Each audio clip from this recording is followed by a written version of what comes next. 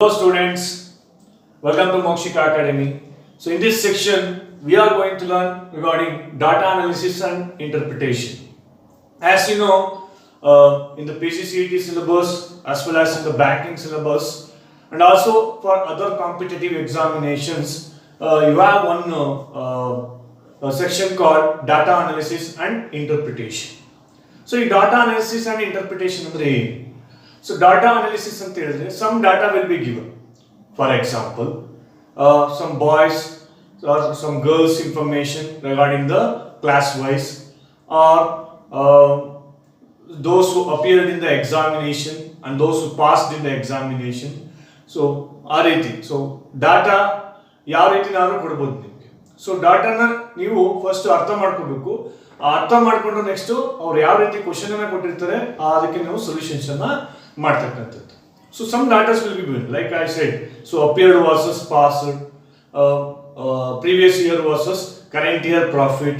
So likewise something will be given and your expenses in the last month and the present months. So ಈ ರೀತಿ so problems ಯಾವ ರೀತಿ ನಾವು ಇರಬಹುದು. ಅದಕ್ಕೆ ಮುಂಚೆ ನೀವು ತಿಳ್ಕೋಬೇಕಾಗಿರೋದು ಸ್ವಲ್ಪ ವಿಷಯಗಳಿವೆ ಡಾಟಾ ಅನಾಲಿಸಿಸ್ ಅಲ್ಲಿ ಯಾವ ರೀತಿ ಡಾಟಾ ಅನಾಲಿಸಿಸ್ ಇದೆ. What are the types of data analysis and interpretation? The first one is table chart ಅಂತ ಹೇಳ್ತೀವಿ. ಸೊ ಟೇಬಲ್ ಚಾರ್ಟ್ ಟೇಬಲ್ ಅನ್ನ ಕೊಟ್ಟು ನಿಮಗೆ ಪ್ರಾಬ್ಲಮ್ಸ್ ಅನ್ನ ಸಾಲ್ವ್ ಮಾಡೋದಕ್ಕೆ ಹೇಳ್ತಾರೆ. For example so like I told you so table ಅಲ್ಲಿ ಕೊಡ್ತಾರೆ ಇನ್ಫಾರ್ಮೇಶನ್. ಸೊ ನೀವೆಲ್ಲ ಸ್ಟ್ಯಾಟಿಸ್ಟಿಕ್ಸ್ ಅಲ್ಲಿ ನೋಡಿರ್ಬೋದು. So 2006 what is the percentage profit and 2007 what is the percentage of profit and 2008 likewise 5 years information na kodbodu. Some data 53 22 55 likewise any random numbers ಕೊಟ್ಟಿರ್ತಾರೆ. So ಅದನ್ನ ನೋಡ್ಕೊಂಡು ನಾವೇನ್ ಮಾಡ್ಬೇಕಾಗುತ್ತೆ ಪ್ರಾಬ್ಲಮ್ಸ್ ಅನ್ನ ಸಾಲ್ವ್ ಮಾಡ್ಬೇಕಾಗುತ್ತೆ. ಅದನ್ನ ನಾವು ಟೇಬಲ್ ಚಾರ್ಟ್ ಅಂತ ಹೇಳ್ತೀವಿ. By using table chart we need to analyse the data and we need to interpret the data. Next comes pie chart. So pie chart ಅಂತ ಹೇಳಿದ್ರೆ ಸೊ ನಿಮ್ಗೆ ಏನು ಒಂದು ಸರ್ಕಲ್ ಕೊಟ್ಟಿರ್ತೀವಿ. ಸೊ ಸರ್ಕಲ್ ಅನ್ನ ಯೂಸ್ ಮಾಡ್ತೀವಿ.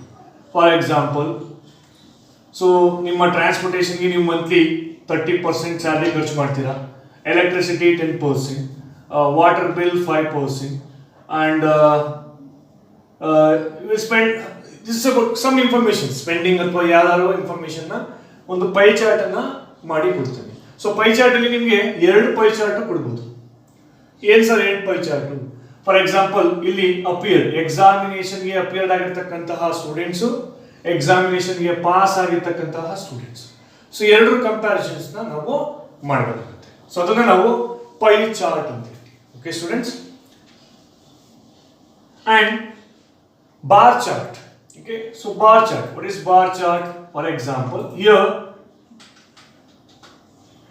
by using the lines, okay, by using the bars they will make some problems and you need to understand the problem and you need to solve the problem. For example, this is 2006 data and 2000 some data, so whatever the data it is, so year wise ಅವರು ಏನು ಮಾಡಿರ್ತಾರೆ information ಕೊಟ್ಟಿರ್ತಾರೆ. So ಅದನ್ನ ನಾವು bar chart ಅಂತ ಹೇಳ್ತೀವಿ ಅಥವಾ bar graph ಅಂತ ಹೇಳ್ತೀವಿ. ನೆಕ್ಸ್ಟ್ ಲೈನ್ ಗ್ರಾಫ್ ಅಂತ ಹೇಳ್ತೀವಿ ಅಥವಾ ಲೈನ್ ಚಾರ್ಟ್ ಅಂತ ಹೇಳ್ತೀವಿ. by using the lines, okay, 2000. So this is 2007 2008. Likewise some information, profit ಏನಾಗ್ತಾ ಇದೆ ಅಥವಾ ಬಿಸ್ನೆಸ್ ಅಲ್ಲಿ ಇನ್ಫಾರ್ಮೇಷನ್ ಏನಾಗ್ತಾ ಇದೆ, ಸೇಲ್ಸ್ ಏನಾಗ್ತಾ ಇದೆ, 50 lakhs ತಲುಪಿದ್ಯಾ, 100 lakhs ತಲುಪಿದ್ಯಾ, ಲೈಕ್ವೈಸ್ ಒಂದೊಂದು ಇಯರ್ಗೆ ಏನೇನಾಗಿದೆ ಅಂತ ನಿಮಗೆ ಇನ್ಫಾರ್ಮೇಷನ್ ಅನ್ನ ಕೊಡ್ತಾನೆ. ಸೊ ಈ ರೀತಿ ಇನ್ಫಾರ್ಮೇಷನ್ ನಾವು ಲೈನ್ ಗ್ರಾಫ್ ಅಂತ ಹೇಳ್ತೀವಿ. ನೆಕ್ಸ್ಟ್ ಮಿಕ್ಸೆಡ್ ಗ್ರಾಫ್ ಅಂತ ಹೇಳ್ತೀವಿ student. Okay, mixed graph. Mixed ಅಂತ ಹೇಳಿದ್ರೆ ಬಾರ್ ಚಾರ್ಟು ಅಥವಾ ಟೇಬಲ್ ಕೊಟ್ಟು ಟೇಬಲ್ ಅಲ್ಲೂ ಇನ್ಫಾರ್ಮೇಶನ್ ಕೊಡ್ತಾನೆ, ಜೊತೆಗೆ ನಿಮಗೆ ಪೈ ಚಾರ್ಟ್ ಅನ್ನು ಯೂಸ್ ಮಾಡ್ತಾರೆ. ಸೊ ಇದನ್ನ ನಾವು ಮಿಕ್ಸೆಡ್ ಚಾರ್ಟ್ ಅಂತ ಹೇಳ್ತೀವಿ. Okay students. So these are the types of data analysis and interpretation types. So ಇದರಲ್ಲಿ ಯಾವ್ದು ಬೇಕಾದ್ರೂ ಕೊಡ್ಬೋದು. ಸೊ PGCET ನಾರ್ಮಲಿ 2015 2016 2017 ಅಲ್ಲಿ ಕೇಳಿದ್ದಾನೆ, 18 19 ಅಲ್ಲಿ ಕೇಳೇ ಇಲ್ಲ. ಹಾಗಂತ ಈ 2020 ಕೇಳ್ತಾನೆ ಅಂತಾನೂ ಹೇಳಕ್ಕಾಗೋದಿಲ್ಲ. But as of the syllabus ಅಲ್ಲಿ ಇರೋದನ್ನ ನಾವು ಕಲ್ತ್ಕೊಳ್ಳೇಬೇಕು. And in the banking examinations also you must study this one. So compulsorily ಬರುತ್ತೆ ಬ್ಯಾಂಕಿಂಗ್ ಎಕ್ಸಾಮ್ಸ್ ಅಲ್ಲಿ ನಿಮಗೆ data analysis and interpretation compulsorily ಬರುತ್ತೆ. ಓಕೆ, ಸೊ ಇದು ಯಾವುದೇ ಟೈಪ್ಸ್ ಕೊಟ್ಟಿರಲಿ ನಿಮಗೆ ನೀವೇನ್ ಮಾಡಬೇಕು ಅಂತ ಹೇಳಿದ್ರೆ some points you need to remember. So ಅದಕ್ಕೆ ಹೇಳೋದು ನಾವು first data analysis and interpretation ಕಲ್ತ್ಕೊಳ್ಳೋದಕ್ಕೂ ಮುಂಚೆ ನಾವು ಆವರೇಜ್ ಕಲ್ತ್ಕೊಂಡಿರ್ಬೇಕು, ರೇಷಿಯೋ ಕಲ್ತ್ಕೊಂಡಿರ್ಬೇಕು, ಪರ್ಸೆಂಟೇಜ್ ಕಲ್ತ್ಕೊಂಡಿರ್ಬೇಕು. ಸೊ ಈ ಮೂರನ್ನ ಕಲ್ತ್ಕೊಂಡಿದ್ರೆ ಡೆಫಿನೆಟ್ ಆಗಿ ಇದನ್ನ ಈಸಿಯಾಗಿ ಸಾಲ್ವ್ ಮಾಡ್ಬೋದು. How sir? ಬಿಕಾಸ್ ಅವನು ಒಂದು ಚಾರ್ಟ್ ಅನ್ನ ಕೊಟ್ಟು 5 ಕ್ವಶನ್ಸ್ ಅನ್ನ ಕೊಡ್ತಾನೆ. ಆ 5 ಕ್ವಶನ್ಸ್ ಅಲ್ಲಿ ಈ 3 ಕಾನ್ಸೆಪ್ಟ್ ಮೇಲೆ ನಿಮಗೆ ಕ್ವಶನ್ಸ್ ಅನ್ನ ಅರೇಂಜ್ ಮಾಡಿರ್ತಾನೆ. ಓಕೆ, ಸೊ ಏನ್ ಸರ್ ಆವರೇಜ್ ಅಂತ ಹೇಳಿದ್ರಿ? What is average? Sum of all elements divided by number of elements. Okay students, what is sum of all elements? Average into number of elements.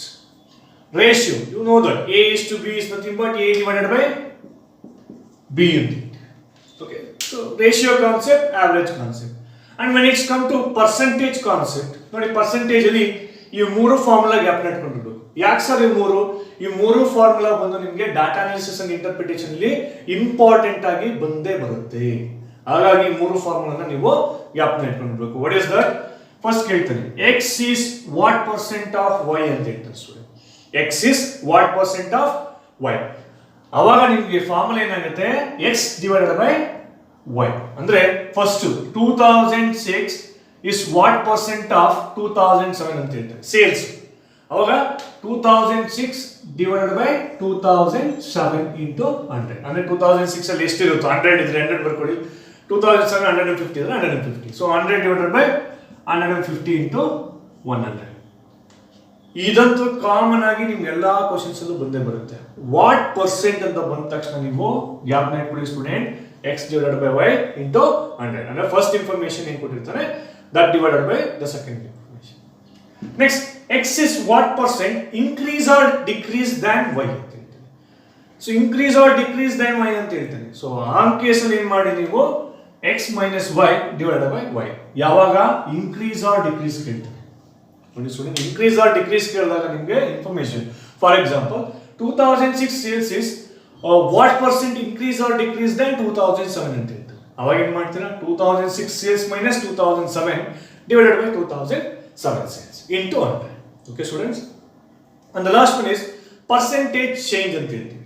So percentage change ಅಂತ ಹೇಳಿದ್ರೆ ನೋಡಿ, increase R decrease ಬೇರೆ, percentage change ಬೇರೆ. Okay students, so both are different concept. Percentage change ಅಂತ ಹೇಳಿದ್ರೆ ಏನ್ changes ಆಗಿದೆ? For example 2006 ಅಲ್ಲಿ 50% ಸೇಲ್ಸ್ ಆಗಿದೆ, 2007 ಅಲ್ಲಿ 55 ಸೇಲ್ಸ್ ಆಗಿದೆ. What is the difference? Percentage change ಏನಾಗಿದೆ? 5% ಆಗಿದೆ. ಅದು ಇನ್ಕ್ರೀಸ್ ಆಗಿರಬಹುದು, ಡಿಕ್ರೀಸ್ ಆಗಿರಬಹುದು, ಅದು ಇಲ್ಲಿ ಬರುತ್ತೆ. ಬಟ್ ನಮ್ಗೆ ಇಲ್ಲಿ ಏನ್ ಬೇಕು? ಕಂಪ್ಯಾರಿಸನ್ಸ್ ಬೇಕು.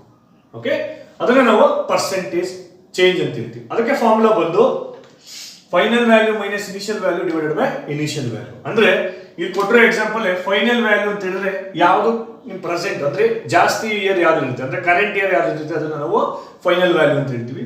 ಪ್ರೀವಿಯಸ್ ಇಯರ್ ಯಾವ್ದು ಇರುತ್ತೆ ಅದನ್ನ ನಾವು ಇನಿಷಿಯಲ್ ವ್ಯಾಲ್ಯೂ ಅಂತ ಹೇಳ್ತೀವಿ. ಓಕೆ, ಅಥವಾ previous 2007 is the current, 2006 divided by 2006 sales into 100. ಅದನ್ನ ನಾವು ಪರ್ಸೆಂಟೇಜ್ ಚೇಂಜ್ ಅಂತ ಹೇಳ್ತೀವಿ.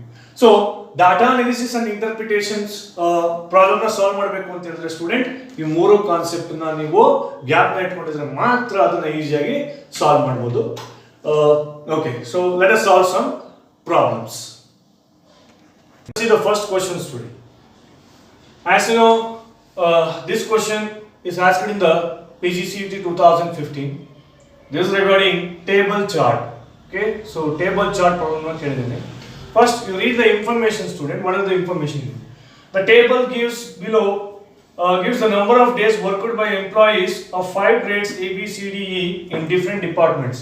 So ಎಷ್ಟು ದಿನ ಯಾವ ಗ್ರೇಡ್ ಅವರು ಯಾವ ಡಿಪಾರ್ಟ್ಮೆಂಟ್ ಅಲ್ಲಿ ಎಷ್ಟು ದಿನ ವರ್ಕ್ ಮಾಡಿದ್ದಾರೆ ಅಂತ ಕೊಟ್ಟಿದ್ದಾರೆ ಅಷ್ಟು ಇನ್ಫಾರ್ಮೇಶನ್. ಹಾರಿಜಾಂಟಲಿ ಯಾವ ಡಿಪಾರ್ಟ್ಮೆಂಟ್, ವರ್ಟಿಕಲಿ ಯಾವ ಗ್ರೇಡ್ ಅಂತ ಕೊಟ್ಟಿದ್ದಾರೆ student. Okay, let us see the first question here. The number of days worked in HR department was highest for grade. So number of days worked in HR department ನೋಡಿ student. So direct ಆಗಿ ನೋಡಿ HR department ಅಲ್ಲಿ ಎಷ್ಟಿದೆ? 315, 305, 317, 296, 365. What is the question here? The number of days worked in HR department was highest for grade. Okay, highest for grade. ಇಲ್ಲಿ ನೋಡಿ grade ಯಾವ್ದಿದೆ? A B C D E. ಸೊ ಯಾವ ಎಷ್ಟಿದೆ? 365. So 365 days ಯಾರು work ಮಾಡಿರೋದು? Grade E. So that is the answer. For the first question, E is the answer. Look at the next question, student. The grade of which worked least in all department is, ಯಾವ department ಅಲ್ಲಿ ತುಂಬಾ ಕಡಿಮೆ ಇದೆ ಅಂತ ಹೇಳಿದ್ದಾರೆ. So don't see all the numbers here. Just see the options. Always go to the options. Options ಕೊಟ್ಟಿರೋದು ಏನು ಹೇಳ್ತಾನೆ? Grade E in I T department ಅಂತ ಹೇಳಿದ್ದಾರೆ. Grade E in I T department ನೋಡಿ ಎಷ್ಟಿದೆ? 260. Next grade B in H R department. Grade B in H R department ಎಷ್ಟಿದೆ? Grade B in H R department 305. Again grade B in software. Grade B in software ಎಷ್ಟಿದೆ? Grade B 295. Again grade D in IT department. Grade D in IT department. IT department grade D is 290. So what is the question here? The grade which worked least in all department is, in all department ಯಾವುದು least? ಇದರಲ್ಲಿ ನೋಡಿ ಯಾವುದು least ಇದೆ? 260. That is grade E in IT department. That is the right answer.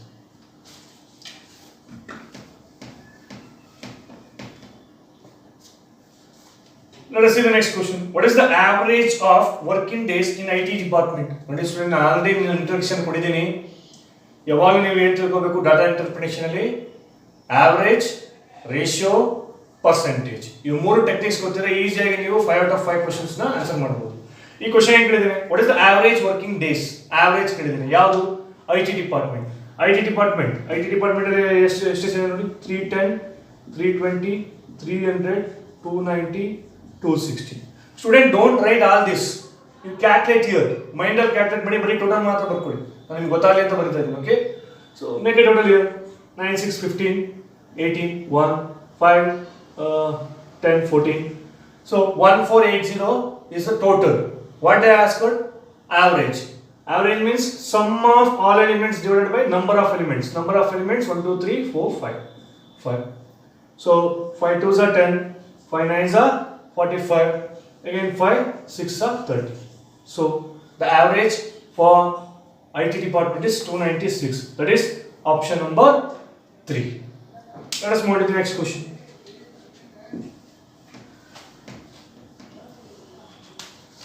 If the average working hours in a day are 8, notice friend, average ಅವನೇ ಕೊಟ್ಟಿದ್ದಾನೆ. Average is equal to 8. Average ಅಂದ್ರೆ formula ಏನು? Sum of all elements divided by number of elements. So average ಅಂತ ಹೇಳುತ್ತೆ. But ಇಲ್ಲಿ average ಅವನೇ ಕೊಟ್ಟಿದ್ದಾನೆ. So ಇವೆರಡನ್ನ ನಾವು ಏನು ಕ್ಯಾಲ್ಕುಲೇಟ್ ಮಾಡಬೇಕು ನೋಡೋಣ ನಾವು. Then the amount of work put in grade C is, amount of work put in grade C is, okay, grade C. So grade C ತಗೊಳ್ಳೋಣ.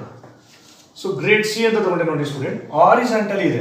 ಹಾರಿಜಾಂಟಲ್ ಟೋಟಲ್ ಮಾಡಬೇಕು. 300, 322, 317, again 300. So don't calculate unit digit method ಬೇಡ. ಎಲ್ಲ 300 ತಾನೆ. 300 into 4, 1200. 22 plus 17, 39. 1239. So this is the total number, total days worked by grade C. So one day ಎಷ್ಟು work ಮಾಡ್ತಾರಂತೆ? 8 hours work ಮಾಡ್ತಾರಂತೆ. So one ಡೇಗೆ ಎಷ್ಟು hours work ಮಾಡ್ತಾರಂತೆ? 8 hours. So total days ಎಷ್ಟಿದೆ ಇಲ್ಲಿ? 1239 ಡೇಸ್ ಇದು. ಓಕೆ ಸ್ಟೂಡೆಂಟ್ಸ್, ಸೊ ಒನ್ ಡೇಗೆ ಎಷ್ಟು ವರ್ಕ್ ಮಾಡ್ತಾರಂತೆ? 8 hours. Just multiply, you get the answer. How to multiply? Don't do 8 9s, don't do that. Okay, so directly multiply. So this is 1200 into 8. First to make 1200 into 8. What is 12 8s are? It is 9600 or 96. Get 0. Next 30 into 8, 240. Next 9 into 8, 72. So what is the total? 9912. You have to calculate here, okay students? So that's how 9912. That is option number D. Okay. Let us move on to the next question.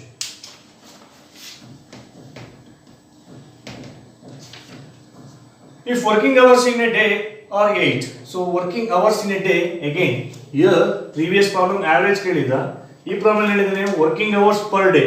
One day is equal to 8 hours. One day is equal to 8 hours, student. Then average work done by grade A. Okay, average work done by grade A. Grade A ನೋಡ್ತಾ ಬನ್ನಿ ಎಷ್ಟೆಷ್ಟಿದೆ grade A 310 312 315 330. So grade A ಎಷ್ಟಿದೆ? So again do the same thing. 3 4s are 12 1200 plus 30 plus 15 45 45 plus 12 57 57 plus 10 67 1267. So 1267 it is a day. 1267. This is days today. But ಅವನೇನು ಹೇಳಿದಾನೆ one day ಎಷ್ಟು hour work ಮಾಡ್ತಾರಂತೆ 8 hours. So ಅಲ್ಲಿಗೆ 1267 days into 8 hours. Per day 8 hours ಅಂತ ಹೇಳಿದ್ರೆ ಏನು ಮಾಡ್ತಾರೆ? Again do the same thing student. 1200 into 8. What is 1200 into 8? It is 9600. Again 60 into 8 480. Again 7 into 8 it is 56. So make a total. So this will come to 10,136. But ಅವನೇನು ಕೇಳಿದಾನೆ if working hours are 8 then average work done ಏನು ಕೇಳಿದಾನೆ ಇಲ್ಲಿ average ಕೇಳಿದಾನೆ student average ಯಾವುದಕ್ಕೆ work done in hours ನೋಡಿ ಇದು hours convert ಆಯಿತು ಇದು days ಇದೆ ಇದು per one day ಎಷ್ಟು hours 8 hours total hours ಎಷ್ಟು 10,136. Okay students, now divided by how many departments are there? 4 departments because we are calculating average. So again do the same thing. 4 2s are 8. Again 21 is there. 4 5s are 20. Again so 4s are 2s are is 8. 4s are is 20. Again 13 is there. 4 3s are 12. Again 16. So the final answer will come to 2534. That is option number 2. So ಈ ರೀತಿಯಾಗಿ table chart ಗೆ ಸಂಬಂಧಪಟ್ಟಂತೆ ನಿಮಗೆ questions ಏನಾದ್ರು ಕೊಟ್ರೆ ಈಸಿಯಾಗಿ solve ಮಾಡ್ಬೋದು student. ನೋಡಿ ಇಲ್ಲಿ ನೋಡಿದಾಗ ನೀವು ಜಸ್ಟ್ ಆವರೇಜ್ ಮಾತ್ರ ಕೇಳಿದಾನೆ. ಇನ್ನೊಂದು ಪ್ರಾಬ್ಲಮ್ ಮಾಡೋಣ, ಅದರಲ್ಲಿ ಯಾವ ರೀತಿ ನಿಮಗೆ ಪ್ರಾಬ್ಲಮ್ಸ್ ಯಾವ ರೀತಿ ಆಪ್ಷನ್ಸ್ ಇರುತ್ತೆ ಅಂತ ನೋಡೋಣ. Okay students, let us see the next example, that is pie chart. So pie chart ಕೊಟ್ಟಿದ್ದಾರೆ ನೋಡಿ ಇಲ್ಲಿ ಒಂದು ಮೊದಲನೇ pie chart ಏನು information total number of candidates appeared in an entrance examination and second pie chart is about total number of students who cleared. ನೋಡಿ appeared versus cleared ಎಷ್ಟು ಜನ appear ಆಗಿದ್ದಾರೆ 2,56,000 ಸ್ಟೂಡೆಂಟ್ಸ್. ಎಷ್ಟು ಜನ ಕ್ಲಿಯರ್ ಮಾಡಿದ್ದಾರೆ 32,000 ಸ್ಟೂಡೆಂಟ್ಸ್. ಸೊ ವಿಚ್ ಇಯರ್ ಅಂತ ಒಳಗಡೆ ನಿಮ್ಗೆ ಇನ್ಫಾರ್ಮೇಶನ್ ಕೊಟ್ಟಿದ್ದಾನೆ, ಯಾವ್ಯಾವ ಇಯರ್ ಅಲ್ಲಿ ಎಷ್ಟೆಷ್ಟು ಪರ್ಸೆಂಟೇಜ್ ಸ್ಟೂಡೆಂಟ್ಸ್ ಪಾಸ್ ಆಗಿದ್ದಾರೆ ಅಂತ. So let us see the first question student. So ಎರಡನ್ನೂ ನೀವು ಕಂಪೇರ್ ಮಾಡಬೇಕಾಗುತ್ತೆ. ಅವ್ರು ಕ್ವೆಶ್ಚನ್ ಕೊಟ್ಟಿದ್ದು ಏನು ಕೊಟ್ಟಿರ್ತಾರೆ ಅದ್ರ ಮೇಲೆ. Okay, let us see the first question. What was the ratio of the number of students appeared? ಏನು ಕೇಳಿದಾನೆ? ರೇಷಿಯೋ ಕೇಳಿದಾನೆ ಸ್ಟೂಡೆಂಟ್. ರೇಷಿಯೋ ಯಾವ್ದ್ರ ಮೇಲೆ? Number of students appeared. Number of students appeared is to ಯಾವ year? 2012. Okay, and the number of students who cleared. Number of students who cleared the examination on which year? 2007. Okay students, so appear column ನೋಡಬೇಕು, clear column ನೋಡಬೇಕು. So appear column first ಯಾವುದು? 2012 ಎಷ್ಟಿದೆ? 18%. So 18% of 2,56,000 is to 2007 ನೋಡಿ. clear column ಅಲ್ಲಿ 10% of 32,000. So 10% ಈಸಿಯಾಗಿ calculate ಮಾಡ್ತೀರಾ. ಇಲ್ಲಿ 18% calculate ಮಾಡಬೇಕು ನೋಡಿ ಸ್ಟೂಡೆಂಟ್ಸ್. 18% ಬೇಡ ಸ್ಟೂಡೆಂಟ್ಸ್, 20% ಮಾಡಿ ಹೇಳ್ತೀನಿ. How to do 20%? Just take 10%. What is 10%? 25,600. Another 10% is what? 25,600. So ಎಷ್ಟಾಯ್ತಿದು? 51,200 ಆಯ್ತು. ಬಟ್ ನಮಗೆ ಬೇಕಾಗಿರೋದು ಎಷ್ಟು? We want only 18%. ನೋಡಿ ಸ್ಟೂಡೆಂಟ್, 20% ಅಂತ ಹೇಳಿದ್ರೆ 5,000, 51,200. 2% ಅಂದ್ರೆ ಎಷ್ಟು? 5,120. ಅಲ್ಲಿರೋ ಒಂದು ಜೀರೋ ಕಳೆದಾಕೆ ಅಷ್ಟೇ. ಸೊ ಏನಾಯ್ತು? ದಿಸ್ ವಿಲ್ ಬಿಕಮ್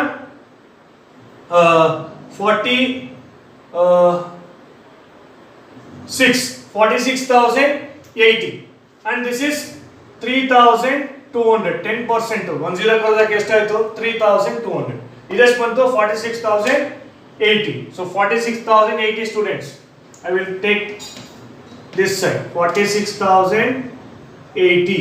So ಯಾವ ನಂಬರ್ ಡಿವೈಡ್ ಆಗುತ್ತೆ 0 0 ಕ್ಯಾನ್ಸಲ್ ಮಾಡಿ by looking at the numbers ನೋಡಿ 32 ಯಾವ್ದು ಡಿವೈಡ್ ಆಗುತ್ತೆ 4 4 6 8 ನೋಡಿ ಲಾಸ್ಟ್ ನಂಬರ್ ಏನಾದ್ರೂ ಲಾಸ್ಟ್ ಟೂ ನಂಬರ್ಸ್ ಅಥವಾ ಲಾಸ್ಟ್ ನಂಬರ್ ಏನಾದ್ರು 4 ಇಂದ ಡಿವೈಡ್ ಆದ್ರೆ ಆ ನಂಬರ್ 4 ಇಂದ ಟೋಟಲ್ ಏನೇ ನಂಬರ್ ಇರಲಿ ಅದು ಡಿವೈಡ್ ಆಗೇ ಆಗುತ್ತೆ ಅಂತ ಅರ್ಥ. ಓಕೆ ಸ್ಟೂಡೆಂಟ್ಸ್, ಇಲ್ಲೂ ಅಷ್ಟೇ ಲಾಸ್ಟ್ ನಂಬರ್ ಯಾವ್ದಿದೆ 8 4 ಇಂದ ಡಿವೈಡ್ ಆಗುತ್ತೆ. ಇಲ್ಲೆಷ್ಟಿದೆ 20 4 ಇಂದ ಡಿವೈಡ್ ಆಗುತ್ತೆ. Let us take here 4 9s are okay, directly you go 4 1s are 4, again 60 ಇದೆ, again you go by 4 1s are only, again ಏನಾಯ್ತು ರಿಮೈಂಡರ್ 20 ಆಯ್ತು, 4 5s are 20, 4 2s are 8 is to 4 8s are put a 0 here. So ಅಂದ್ರೆ 4 8s are 32, again 3 is the remainder, 3 ಪಕ್ಕ ಏನಿದೆ 2, 4 8s are it is 32. So again we will do the same thing, 4 7s are is 28, 4 2s are is 8, this is 4 5s are is 20. So final answer will come to 72 is to 5 students. 72 is to 5 option is there, ಮೂರನೇ option ಇದೆ. Okay,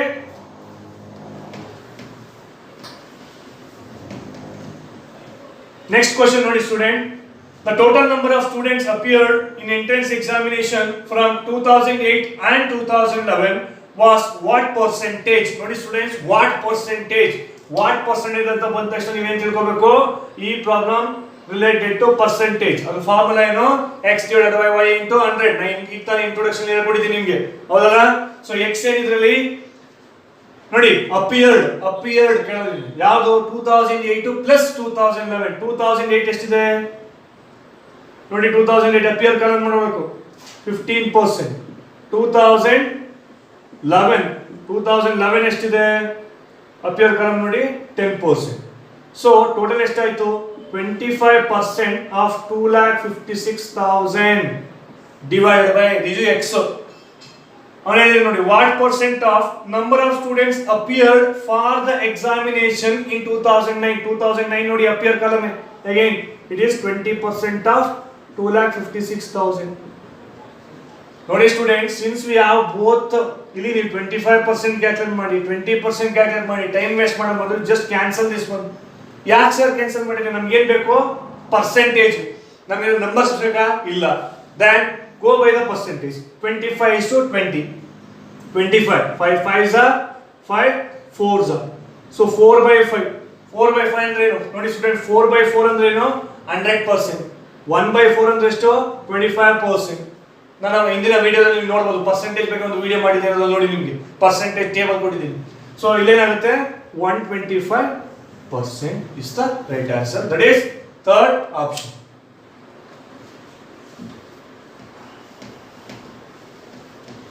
Let us move on to the next question. Approximately what was the difference between ಏನು ಕೇಳಿದಾನೆ ಸ್ಟೂಡೆಂಟ್, difference ಕೇಳಿದಾನೆ ಯಾವ್ಯಾವುದಕ್ಕೆ, difference between the number of students ನೋಡಿ, percentage ಕೇಳಿದಾನೆ number of students who cleared entrance examination in 2009 clear column ನೋಡಿ 16% of 32,000. next and the number of students who cleared the entrance examination in 2007 ಇದು ಕೂಡ clear column. ಯಾವ year 2007 ನೋಡಿ ಎಷ್ಟಿದೆ 10% of 32,000.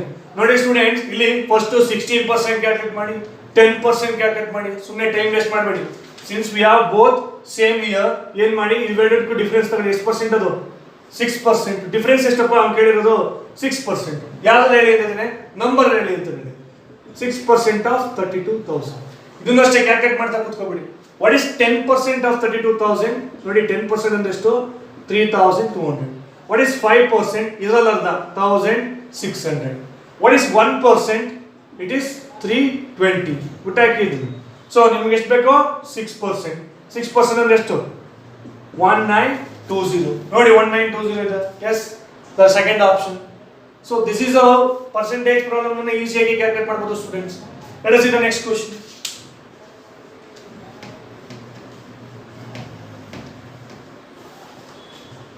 For which year was the difference in number of students selected to number of students appeared in entrance examination is the maximum? ನೋಡಿ students, ಇಲ್ಲಿ this is the kind of questions ನಿಮಗೆ ಟೈಮ್ನ ಎಳೆಯೋದಕ್ಕೆ ಅಂತ ಈ question ಕೊಟ್ಟಿರ್ತಾನೆ. ಇದನ್ನೆಲ್ಲ ಫಸ್ಟೇ ನೀವು ಆನ್ಸರ್ ಮಾಡಬೇಡಿ. ಇಂಥ ಕ್ವಶನ್ ಅನ್ನ ನೋಡಿ ಬರೀತೀನಿ. ಈಗ ಅವನು ಏನು ಹೇಳಿದಾನೆ, ಯಾವ ಇಯರ್ಗೆ ಯಾವ, ಫಾರ್ ಎಕ್ಸಾಂಪಲ್ 2007 ಹೇಳಿದಾನೆ. ಕ್ಲಿಯರ್ಗೂ ಅಪಿಯರ್ಡ್ಗೂ ಅಂದ್ರೆ ನೀವು ತೆಗ್ದಿರೋ ಮಾರ್ಕ್ಸ್ಗೂ ಟೋಟಲ್ ಮಾರ್ಕ್ಸ್ಗೂ ಎಷ್ಟು ಡಿಫ್ರೆನ್ಸ್ ಅಂತ ಕೇಳಿದಾನೆ. ಅಂದ್ರೆ ಮೊದಲನೇ ಆಪ್ಷನ್ 2007 ಅಲ್ಲಿ ಪಾಸ್ ಆಗಿರೋದು ಎಷ್ಟು, 10% ಆಫ್ 32,000 ಸ್ಟೂಡೆಂಟ್. ಅಪಿಯರ್ ಆಗಿರೋದು ಎಷ್ಟು, 12% of 2,56,000 into 100. Again second option ಏನು, 2008. ಯಾವ year, 2008 14% of 32,000 divided by 15% of 2,56,000 into 100.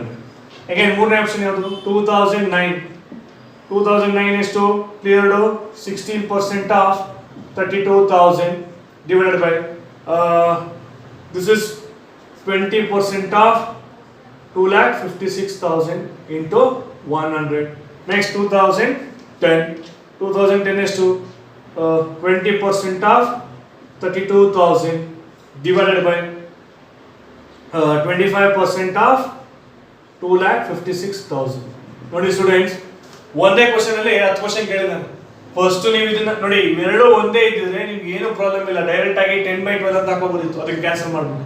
But ಇಲ್ಲೇನ್ ಮಾಡ್ಬೇಕು ನೀವು, ಫಸ್ಟ್ 10% ಆಫ್ 3,200 ಡಿವೈಡೆಡ್ ಬೈ 12% ಇದು ಕ್ಯಾಲ್ಕುಲೇಟ್ ಮಾಡಿ ಆಮೇಲೆ ಮಾಡಬೇಕು. Imagine it will take more than 5 minutes student. ಒಂದು ಕ್ವಶನ್ ಬರೀ 1 marks ಗೆ 5 ನಿಮಿಷ ವೇಸ್ಟ್ ಮಾಡ್ತೀರಾ? No, don't do that. ನೀವು ಲಾಸ್ಟ್ ಟೈಮ್ ಹುಡ್ಕೊಂಡಿರ್ತೀರ, ನೀವೆಲ್ಲ ಟಿಕ್ ಮಾಡ್ಬಿಟ್ಟು ಕೂತಿರ್ತೀರಾ, ನೋಡಿ ನಿಮಗೆ ಗೊತ್ತಾಗುತ್ತೆ. ಅವಾಗ ಲಾಸ್ಟ್ 15 minutes ಕೂತಿರ್ತೀರ, ಆ ಟೈಮಲ್ಲಿ ಈ ಕ್ವಶನ್ ತಗೊಳ್ಳಿ. ಕ್ವಶನ್ ತಗೊಂಡು ಟೈಮ್ ಪಾಸ್ ಮಾಡಿ. Okay, so need not to calculate, just ಈ ರೀತಿ ಕ್ವಶನ್ಸ್ ಇದ್ರೆ ಜಸ್ಟ್ ಮೂವ್ ಆಗಿ ಸ್ಟೂಡೆಂಟ್. ನಮ್ಗೆ 100/100 ಬೇಕಾಗಿಲ್ಲ, ಅದೆಲ್ಲ ನಿಮ್ಮ ಡಿಗ್ರಿ ಎಕ್ಸಾಮಿನೇಷನ್ ಅಷ್ಟೇ.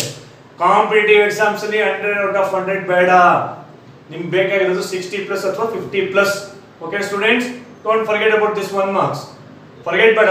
ಸೊ ಲಾಸ್ಟ್ ಅಲ್ಲಿ ಇಟ್ಕೊಳ್ಳಿ. ಓಕೆ, ಸೊ ನೀವು ನಿಮ್ ಟೈಮ್ ಪಾಸ್ ಆಗುತ್ತೆ, ಕ್ಯಾಲ್ಕುಲೇಟ್ ಮಾಡಿ ಬೇಕಾದ್ರೆ.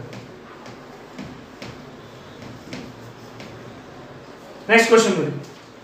Approximately what was the total number of students cleared the entrance examination in 2010 and 2009 together? So 2010 2009 ಯಾವುದು cleared ಕಾಲಮ್ ನೋಡಬೇಕು, cleared ನೋಡಬೇಕು. cleared 2010 ಎಷ್ಟು 20%, 2009 ಎಷ್ಟು 16%. ಸೊ ಟೋಟಲ್ ಎಷ್ಟು 36% ಆಫ್ ಎಷ್ಟು ಜನ ಕ್ಲಿಯರ್ ಮಾಡಿದ್ದಾರೆ, total 32,000. So directly calculate.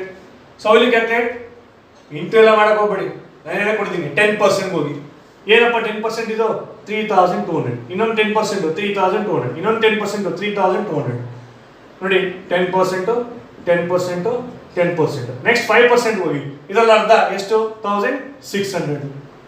So 1% ಇದರಲ್ಲಿ ಎಷ್ಟು 1% 320. ಸೊ ಟೋಟಲ್ ಎಷ್ಟಾಯ್ತು 36%. ಸೊ ಕ್ಯಾಲ್ಕುಲೇಟ್ ಮಾಡಿ. 10, 15, 1, 10,520. That is option number. There is no option. None of this is the right answer. So split ಮಾಡಿ, merge ಮಾಡಿ. ಬಟ್ ಇದನ್ನೆಲ್ಲ ಬರ್ಕೋಬೇಡಿ ಸ್ಟೂಡೆಂಟ್, ನಿಮ್ಮ ಟೈಮ್ ವೇಸ್ಟ್ ಆಗುತ್ತೆ. ಮೈಂಡಲ್ಲಿ ಕ್ಯಾಲ್ಕುಲೇಟ್ ಮಾಡಿ. 10% ಅಂದ್ರೆ ಗೊತ್ತಾಗುತ್ತಲ್ಲ 3,200 ಅಂತ. ಸೊ ಇನ್ನೊಂದು 10% 3,200, 3,200. That's how you can easily solve this kind of pie chart. Okay students, if you have any doubts you can call us or message us. Thank you.